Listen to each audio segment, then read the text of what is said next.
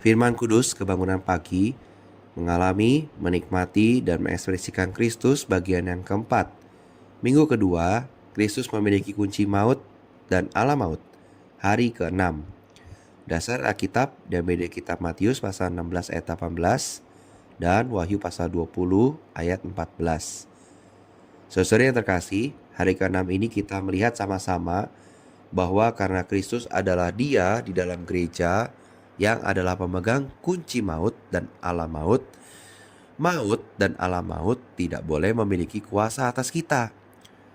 Matius pasal 16 ayat 18 mengatakan, "Dan aku pun berkata kepadamu, engkau adalah Petrus, dan di atas batu karang ini aku akan mendirikan jemaatku, dan ala maut tidak akan menguasainya."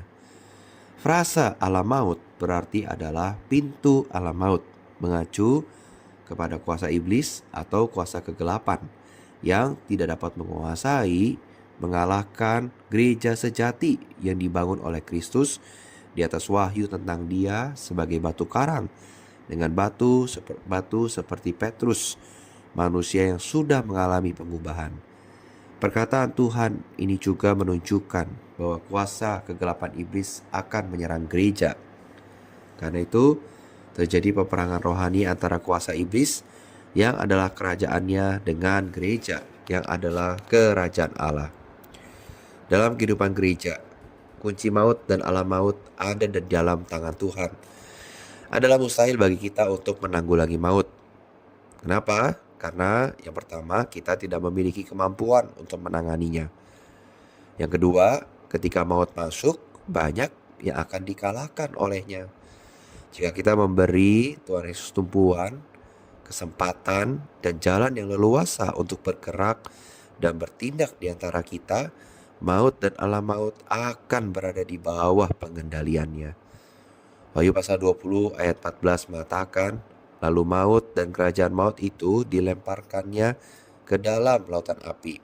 Itulah kematian yang kedua, lautan api. Lautan api adalah tong sampah alam semesta. Semua perkara negatif, termasuk maut dan kerajaan maut, akan dilemparkan ke dalamnya.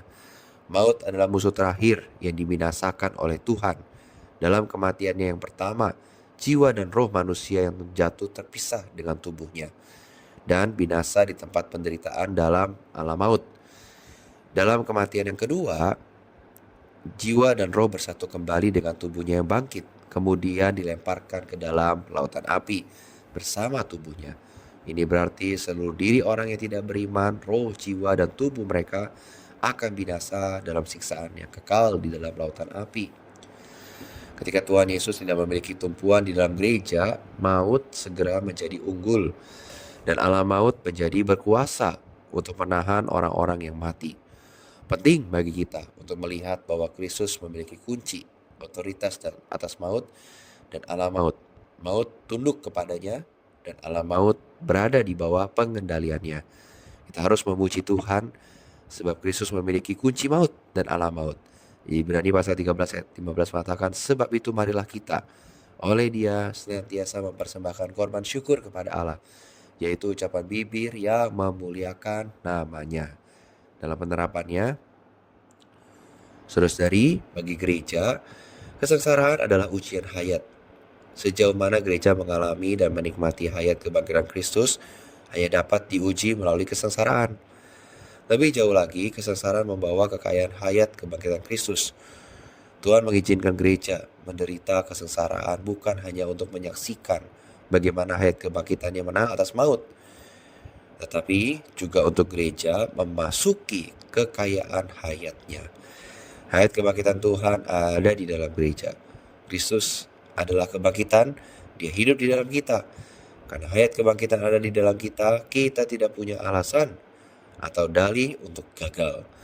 Kita tidak perlu gagal karena penganiayaan. Sebaliknya kita perlu menang, harus menang dalam menanggung penganiayaan melalui hayat kebangkitannya. Puji Tuhan, haleluya. Mari kita berdoa. Tuhan, aku bersyukur untuk firman-Mu satu minggu ini. Terima kasih Tuhan, Engkaulah yang memiliki kunci maut dan ala maut. Engkaulah yang berotoritas dan juga hayat kebangkitan itu. Tuhan Yesus, aku mau terus mengalami firman ini. dan benar-benar menjadi pengalaman dalam kehidupanku. Tuhan, jangan biarkan aku hanya sekedar tahu, bawalah aku mengalami sehingga aku bisa terus disusun, bertumbuh oleh hayat kebangkitan ini. Tuhan Yesus, aku mengasihi-Mu. Amin. Demikian First Light Final Kudus Kebangunan Pagi. Tuhan Yesus memberkati.